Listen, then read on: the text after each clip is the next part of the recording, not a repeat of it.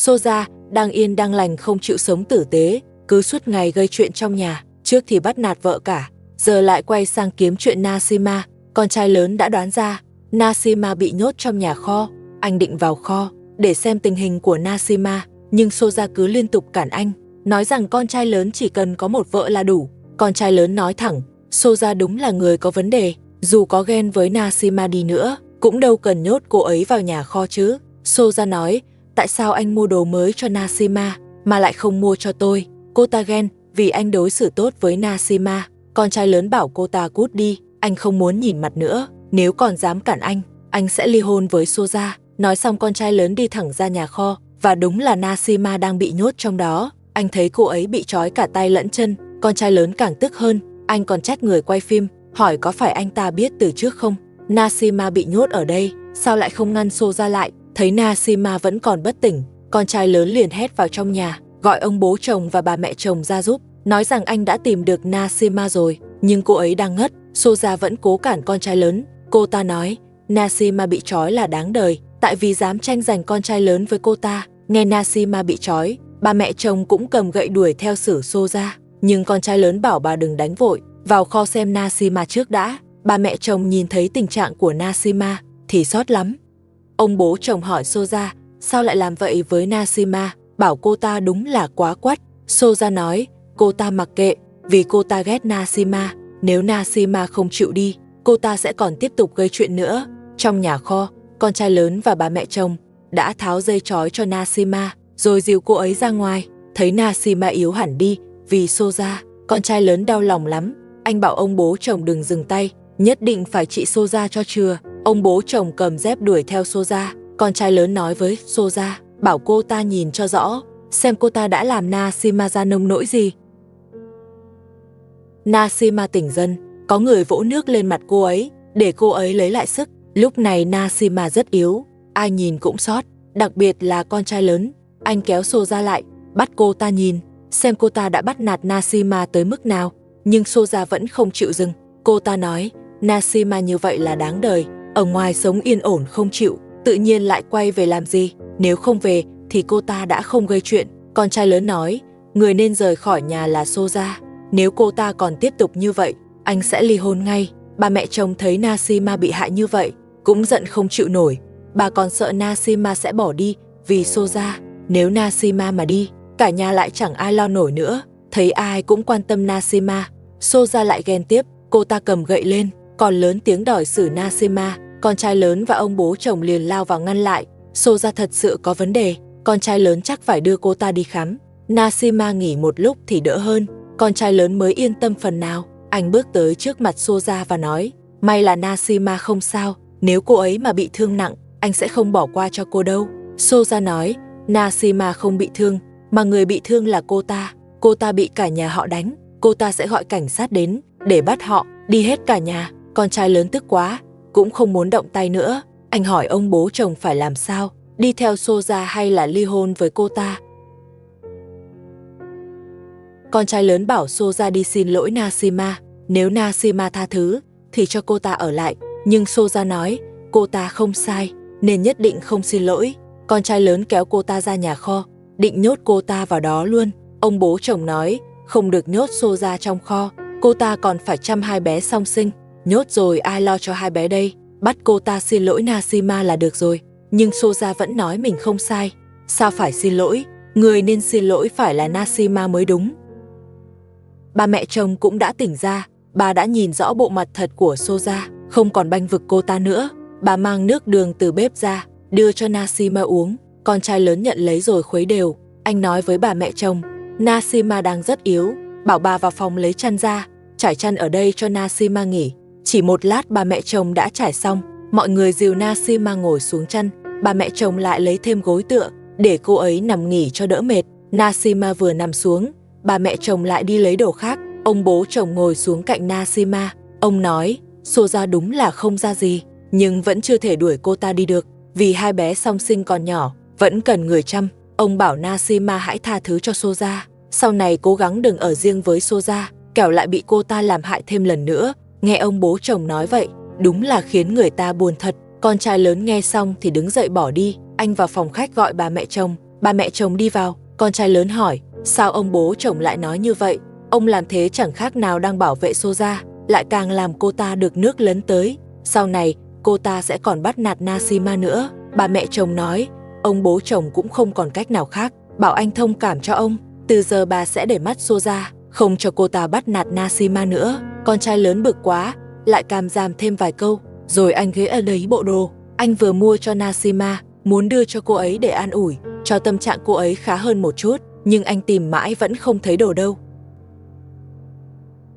Soja ôm bộ đồ nhất quyết không trả. Cô ta nói, chính vì chuyện bộ đồ này nên cô ta mới giận Nashima, mới nhốt cô ấy lại. Con trai lớn bắt đầu giằng lấy, nói bộ đồ này là của Nashima, cô không có quyền cầm lấy. Thật ra chuyện hôm nay, con trai lớn cũng có một phần lỗi. Anh mua đồ cho gần như cả nhà, đặc biệt là mua đồ mới cho Nashima, mà lại không mua cho Soja cái gì. Soja càng ghen tức, nên mới nhốt Nashima trong kho để trút giận. Nếu anh mua cho cả hai người, có lẽ đã không ra nông nỗi này. Con trai lớn lấy lại được bộ đồ, còn Soja không được gì. Cô lại buông lời dọa nạt. Cô ta nói sẽ còn tìm cơ hội trả thù Nashima vì con trai lớn đối xử bất công với cô ta. Con trai lớn lúc này đau đầu thật sự. Nashima bắt anh phải chọn, hoặc ly hôn với Soja. Nếu không ly hôn, cô ấy sẽ dẫn Lee Min-ho và Mila rời khỏi nhà. Con trai lớn nói, yêu cầu đó anh không thể làm được. Anh không muốn ly hôn với Soja, càng không muốn Nashima đưa bọn trẻ rời xa anh, vì anh rất thương bọn trẻ. Nói xong, con trai lớn đi lấy lược chải tóc cho Mila. Vừa chải tóc, anh vừa hỏi ông bố chồng, bảo ông đòi lại căn nhà đang Maria thuê, để Nashima dọn qua đó ở. Nhưng ông bố chồng nói, chưa thể đuổi Maria đi, vì ông và Maria đã ký hợp đồng thuê nhà 3 năm, thời hạn vẫn chưa hết, nên Maria chắc chắn không đi. Con trai lớn nói, ông không dám đuổi Maria, trong khi vợ anh sắp bỏ đi rồi. Chẳng lẽ ông bố chồng cứ đứng nhìn Nashima rời khỏi nhà sao? Ông bố chồng nói, Nashima là vợ của con trai lớn, anh phải tự nghĩ cách giữ cô ấy lại, chứ không phải bắt ông nghĩ thay. Con trai lớn nói, nếu ông không giúp, thì anh sẽ tự đi đuổi Maria. Ông bố chồng nói, căn nhà cho Maria thuê là do ông xây, nên mọi chuyện ông quyết định. Nếu Nashima không có chỗ ở, thì xây cho cô ấy một căn ở khu vườn rau, cho cô ấy ở tạm trước. Đợi khi hợp đồng của Maria hết hạn, ông sẽ bảo cô ta dọn đi, rồi để Nashima chuyển qua căn đó. Con trai lớn nói, xây nhà phải có tiền, giờ anh không đủ tiền, không thể xây được. Ông bố chồng nói, anh làm ăn bên ngoài lâu như vậy, sao có thể không có tiền? Rõ ràng anh đang kiếm cớ thôi, vì không muốn xây nhà cho Nashima. Con trai lớn nói vốn dĩ anh đủ tiền, nhưng lần trước Abu đã lấy đi một phần, thêm thời gian gần đây lo chi tiêu trong nhà. Cả ông bố chồng và bà mẹ chồng bị bệnh cũng tốn nhiều, giờ anh thật sự không còn đủ nữa. Soja đứng bên cạnh nghe hết. Cô ta nói với con trai lớn, không được xây nhà cho Nashima, nếu xây xong thì cô ta sẽ dọn qua đó ở. Nashima mắng Soja im miệng, tôi mới là vợ của con trai lớn, có xây nhà cũng không phải phần của cô. Bà mẹ chồng bước tới nói với con trai lớn, ngày xưa anh mà không cưới Soja thì đâu đến mức như hôm nay, nhìn nhà giờ loạn tới cỡ nào rồi, vậy mà anh còn rảnh chải tóc cho Lee Min-ho. Con trai lớn nói, nhà loạn thế này không phải lỗi của anh. Nhưng ông bố chồng vẫn không chịu đuổi Maria đi, không chịu lấy nhà lại cho Nashima ở. Con trai lớn thật sự rất khó xử, anh không muốn Nashima đưa bọn trẻ bỏ đi, cũng không muốn ly hôn với Soja. Anh chỉ mong Nashima cho anh thêm thời gian, anh sẽ tìm cách nói chuyện với Soja, để cô ta đừng gây chuyện với Nashima nữa. Ông bố chồng nói ông hiểu tính Soja, cô ta sẽ không buông tha Nashima đâu. Cách tốt nhất bây giờ là con trai lớn phải bỏ tiền ra xây nhà, chỉ cần có nhà mới, để Soja và Nashima ở riêng, không sống chung nữa, thì sẽ bớt mâu thuẫn. Con trai lớn nói, anh cũng muốn họ ở riêng, nhưng tiền anh không đủ, không thể xây nhà. Ông bố chồng nói, ông cũng không có tiền, không thể giúp con trai lớn, bảo anh đừng trông chờ vào ông. Con trai lớn nói, anh không cần ông đưa tiền, chỉ cần ông đồng ý để anh đuổi Maria đi, như vậy đã là giúp anh nhiều lắm rồi. Ông bố chồng nói lại lần nữa, căn nhà Maria đang ở là do ông xây, dù ông đã hứa cho anh rồi, nhưng quyền quyết định vẫn là ông không cho anh đến làm phiền Maria, càng không cho anh đuổi cô ta đi. Nếu anh dám làm vậy, ông sẽ thu lại căn nhà đã cho anh. Ông bố chồng đến giờ vẫn bảo vệ Maria, trong đầu ông vẫn chỉ nghĩ cho cô ta thôi. Con trai lớn không thuyết phục được ông bố chồng đuổi Maria, nên quay sang bàn với Soja. Anh nói với Soja, đừng gây chuyện với Nashima nữa, hãy sống hòa thuận với nhau. Soja nói, muốn tôi không gây chuyện với Nashima cũng dễ thôi, sau này việc nhà với nấu ăn đều để Nashima làm hết, còn tôi chỉ chăm hai bé song sinh là đủ. Thêm nữa quần áo của tôi và hai bé cũng bắt Nashima giặt luôn, và con trai lớn không được mua gì cho Nashima, chỉ cần Nashima chịu làm hết những việc đó thì tôi đảm bảo sau này sẽ không gây chuyện nữa. Soja đúng là quá đáng, điều kiện cô ta đưa ra Nashima không đời nào chấp nhận. Con trai lớn nghe xong cũng cạn lời nên không muốn bàn tiếp nữa. Anh nói coi như vừa rồi anh chưa nói gì, anh sẽ tìm cách khác. Con trai lớn muốn giữ Nashima ở lại nên cố tình làm lành với cô. Anh còn rót nước để cô uống thuốc, rồi còn thề trước mặt cô. Anh nói, anh đảm bảo từ nay Soja sẽ không bắt nạt cô nữa. Nhưng Soja nghe được lời đó, liền chạy tới trước mặt con trai lớn, còn ra tay đánh anh, rồi hất thuốc của Nashima rơi đầy đất, còn dùng chân đá văng ra. Hành động này của Soja chẳng khác nào tát thẳng vào mặt con trai lớn. Vừa nãy anh còn hứa với Nashima rằng Soja sẽ không bắt nạt cô, vậy mà quay đi một cái, Soja đã gây chuyện. Con trai lớn bảo Soja nhìn xem, cô nhìn lại bản thân đi, cô đã làm Nashima thành ra thế nào rồi, cô không biết thu lại một chút sao? Soja nói, muốn Nashima không bị bắt nạt thì để cô ta cút đi, chỉ cần Nashima còn ở nhà thêm một ngày, tôi sẽ không buông tha đâu. Con trai lớn bảo Soja, đừng nói mấy lời hù dọa Nashima nữa. Soja nói, tôi cứ nói đấy, xem anh làm gì được tôi. Cô ta còn đá con trai lớn một cái. Con trai lớn đúng là quá nhẫn nhịn, giờ Soja còn dám ra tay với anh rồi. Cứ thế này mãi, cô ta sẽ càng ngày càng coi thường mọi người. Con trai lớn nhặt thuốc lên đặt lại, rồi bỏ đi làm việc khác. Soja thấy con trai lớn đi rồi, liền kéo Nashima ra ngoài, bắt cô đi ngay lập tức. Cô nói nhà này không phải của cô. Ông bố chồng đứng dậy ngăn lại, kéo Soja ra, bảo cô ta đừng đối xử với Nashima như vậy. Soja bảo ông bố chồng đừng xen vào, cô ta nhất quyết đuổi Nashima đi. Nhưng Soja lại chạy ra, tiếp tục đuổi Nashima đi. Giờ cô ta còn chẳng coi ông bố chồng ra gì nữa, dám làm khó Nashima ngay trước mặt ông. Ông bố chồng lại kéo Soja ra, nhưng Soja bảo, ông đừng lo chuyện bao đồng. Cô ta nói, tôi đâu có đuổi ông đi. Ông bố chồng nói, nhà này là của tôi không cho cô làm loạn trong nhà tôi. Rồi ông lại đuổi Soja về phòng. Ông bố chồng gọi con trai lớn tới trông chừng Soja, không cho cô ta ra gây chuyện nữa. Con trai lớn ngồi xuống nói chuyện với Soja. Anh nói, nếu cô không cho Nashima ở lại đây, vậy thì đưa anh 50 triệu ambu từng đưa cô, để anh xây nhà ở khu vườn rau. Xây xong thì cho Nashima dọn vào đó. Như vậy, hai người không sống chung, sẽ không còn cãi nhau nữa. Soja nói, tôi không đời nào đưa 50 triệu cho con trai lớn, cũng không cho anh xây nhà cho Nashima. Tôi nhìn cô ta là khó chịu, tôi nhất định phải đuổi cô ta đi. Con trai lớn hạ giọng, cố làm lành với Soja. Anh muốn Soja đưa 50 triệu cho mình, để anh dùng số tiền đó xây nhà ở khu vườn rau, rồi cho Nashima chuyển qua ở. Như vậy họ không gặp nhau nữa, thì khỏi cãi vã, sẽ yên chuyện thôi. Dù con trai lớn nói ngọt thế nào, Soja vẫn không chịu đồng ý, nhất quyết không đưa 50 triệu cho anh. Cô ta bắt con trai lớn ở trong phòng chăm hai bé, còn mình ra ngoài pha sữa cho hai bé. Nhưng vừa ra phòng khách, Soja chẳng hề đi pha sữa, mà lại quay sang gây chuyện với Nashima. Cô ta nói, Nashima để ý số 50 triệu trong tay cô ta, nên giả vờ đòi bỏ đi để ép con trai lớn, bắt anh tới xin tiền của cô ta để xây nhà. Nhưng cô ta không ngu mà mắc bẫy, nếu Nashima muốn đi, thì cô ta sẽ chiều ngay, rồi kéo Nashima lôi ra ngoài. Nashima vùng lại phản kháng, thế là Soja lại ra tay với cô, rồi tiếp tục kéo Nashima đi. Hành động của Soja thật quá đáng, chỉ vì muốn chiếm căn nhà lớn trong nhà. Trước kia cô ta gây chuyện với vợ cả, giờ lại quay sang gây chuyện với Nashima. Soja ngây thơ nghĩ rằng chỉ cần đuổi họ đi thì sẽ chẳng ai tranh căn nhà lớn với mình nữa. Nhưng cô ta sai rồi. Ông bố chồng coi căn nhà lớn đó quan trọng hơn tất cả. Ông sẽ không cho ai sở hữu dễ dàng đâu. Ông chỉ lấy căn nhà lớn ra làm mồi nhử thôi. Muốn mọi người vì căn nhà đó mà nghe lời ông, làm gì cũng phải theo ý ông, rồi còn phải chăm sóc ông vô điều kiện.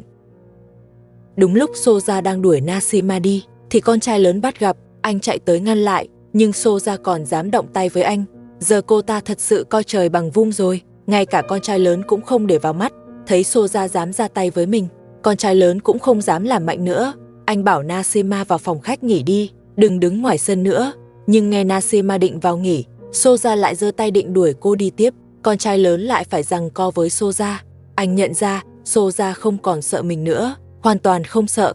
Thế là anh chạy đi lấy chổi để đối phó cô ta. Nhưng dù con trai lớn cầm chổi, Soja vẫn chẳng sợ gì. Cô ta tiếp tục giơ tay đuổi Nashima. Con trai lớn buộc phải dùng chổi ngăn Soja lại. Cuối cùng Soja bị dằn mặt một trận, nhưng cô ta vẫn quay sang trả đũa. Tóm lại bây giờ Soja đã không còn như trước nữa. Cô ta chẳng coi ai trong nhà ra gì. Soja và Nashima lại cãi nhau. Nashima trách Soja không chịu dọn dẹp, Soja thì mắng Nashima nhiều chuyện. Con trai lớn nghe thấy tiếng cãi, liền chạy tới can ngăn. Mọi người nhìn xem, dưới đất toàn là đồ của hai bé song sinh, nhưng Soja chẳng thèm nhặt lên. Nashima lại nhắc Soja, bảo tranh thủ gom đồ của hai bé lại đi. Nhưng Soja vẫn thờ ơ như không. Cô ta nói với Nashima, tôi thích vứt đồ của hai bé khắp nơi đó, vứt cho bừa luôn. Nếu cô thấy chướng mắt, thì cô tự dọn đi. Nashima tức quá nên bỏ đi. Ông bố chồng cũng không nhìn nổi. Ông giục Soja nhặt đồ dưới đất lên, còn nói lát nữa ông sẽ kiểm tra.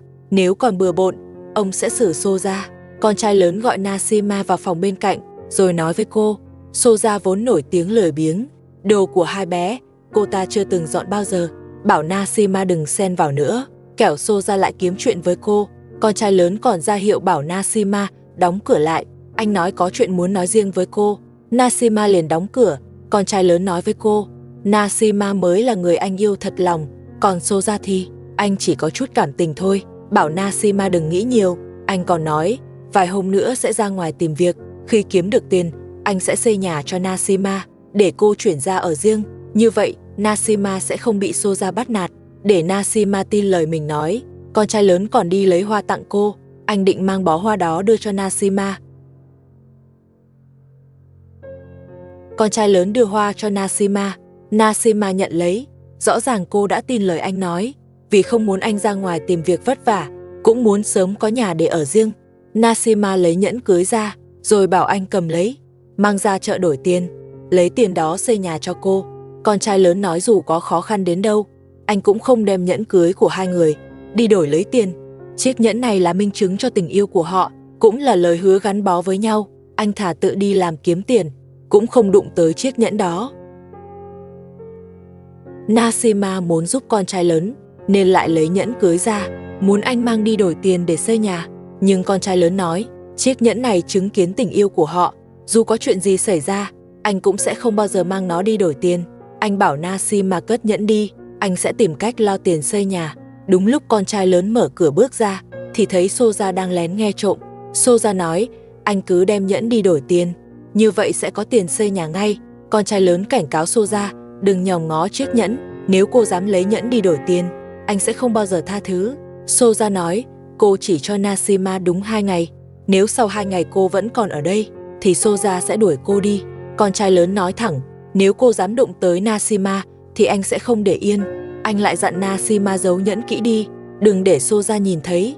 Đồ của hai bé song sinh vẫn vứt đầy dưới đất, Soja vẫn chẳng dọn dẹp. Con trai lớn chỉ xuống đống quần áo, bảo Soja nhặt lên, nhưng Soja nói thẳng là không dọn. Một khó chịu thì tự đi dọn. Cô ta còn cố tình lấy cái gối tựa, rút ruột gối rồi ném xuống đất. Soja đúng là đang thử giới hạn của mọi người. Cô ta muốn xem quậy phá đến mức đó, liệu có ai dám xử cô ta không? Con trai lớn bảo ông bố chồng nhìn cho rõ, nhìn xem Soja đang làm gì. Nhưng ông bố chồng chỉ nói, Soja là vợ con, cô ta như vậy thì chỉ con mới quản được. Bà mẹ chồng và Nashima kéo Soja ra sân, rồi bắt đầu dạy dỗ cô ta. Soja nói, đừng tưởng đông người là tôi sợ, tôi không sợ đâu. Đợi lúc từng người lẻ loi đi, tôi sẽ xử từng người một. Soja càng lúc càng hung hăng, càng lúc càng coi thường tất cả. Cô ta chạy ra một góc, nhặt một cây gậy rất to, rồi lao tới cua gậy về phía Nashima và bà mẹ chồng. May mà có dây bên trên chắn lại, không thì đã trúng người Nashima rồi. Nashima tranh thủ lao tới giằng lấy cây gậy, bà mẹ chồng cũng chạy lại giúp. Soja bị mọi người chỉ trích, mà vẫn rất ngang ngược, cô ta còn ra tay với bà mẹ chồng. Nashima thấy bà mẹ chồng bị bắt nạt, nên cũng lao vào giằng co với Soja.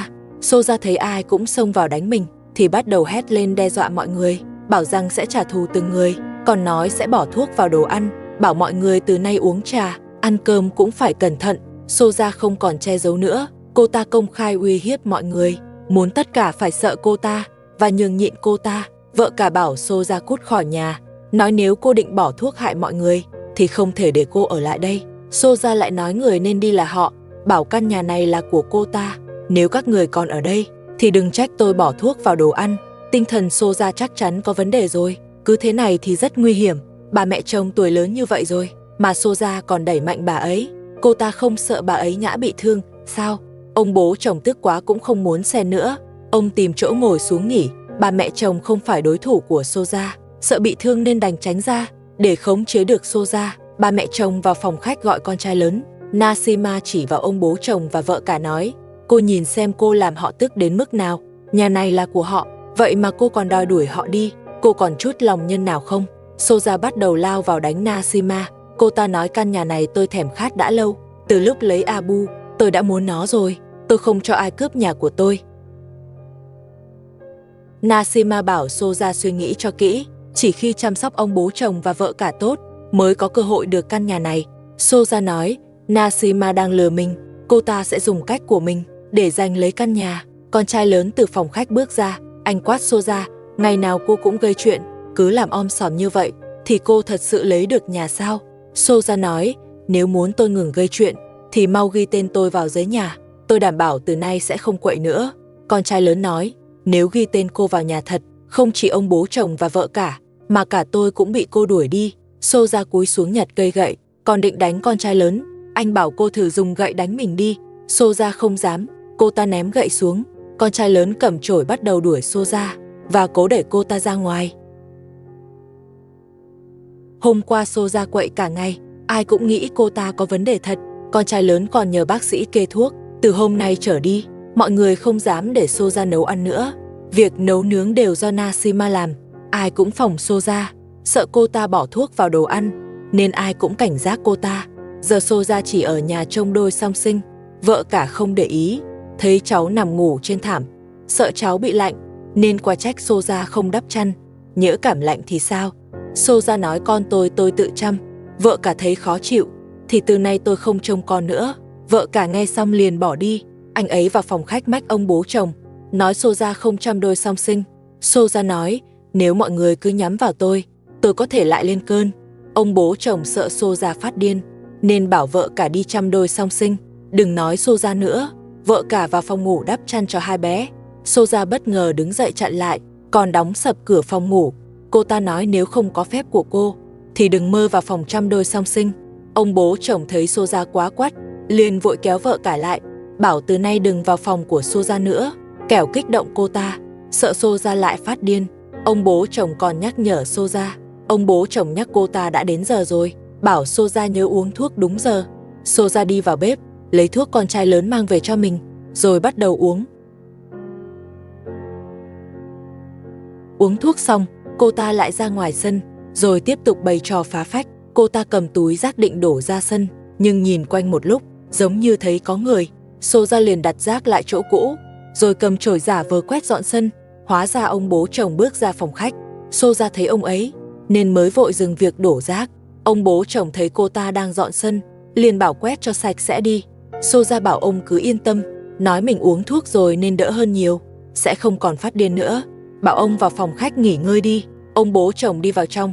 Xô ra nhìn quanh thấy không ai, liền ném cây chổi xuống đất, rồi lại bắt đầu quậy phá trong nhà, hất rác vung vãi đầy ra đất. Xô ra lại giả điên giả dại, cô ném cả tấm thảm xuống nền, rồi lấy thêm rác trong túi ra, cũng ném hết xuống đất. Xô ra rõ ràng đang trả đũa cả nhà, muốn ai cũng không được yên ổn. Nhìn biểu cảm của Xô ra đi, trông cực kỳ nham hiểm. Để người ta không nghe tiếng vứt rác, cô còn cố tình quét vài cái, giả vờ như đang dọn dẹp, rồi lại ném chổi sang một bên. Sau đó cô nhìn thấy thùng rác, liền đổ cả thùng rác ra ngoài, rác rơi đầy ra sân.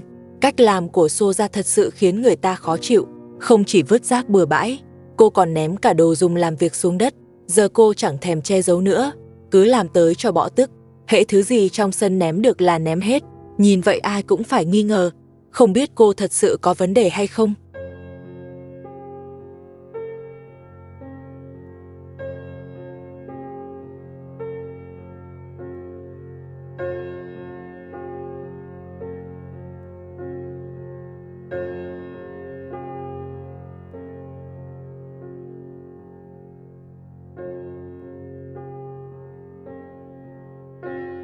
Rác trong sân đã bị hất tung hết lên rồi, nhưng Soja vẫn chưa thấy vừa lòng. Cô lại nhìn quanh một lượt, thấy trên chuồng gà còn chất củi.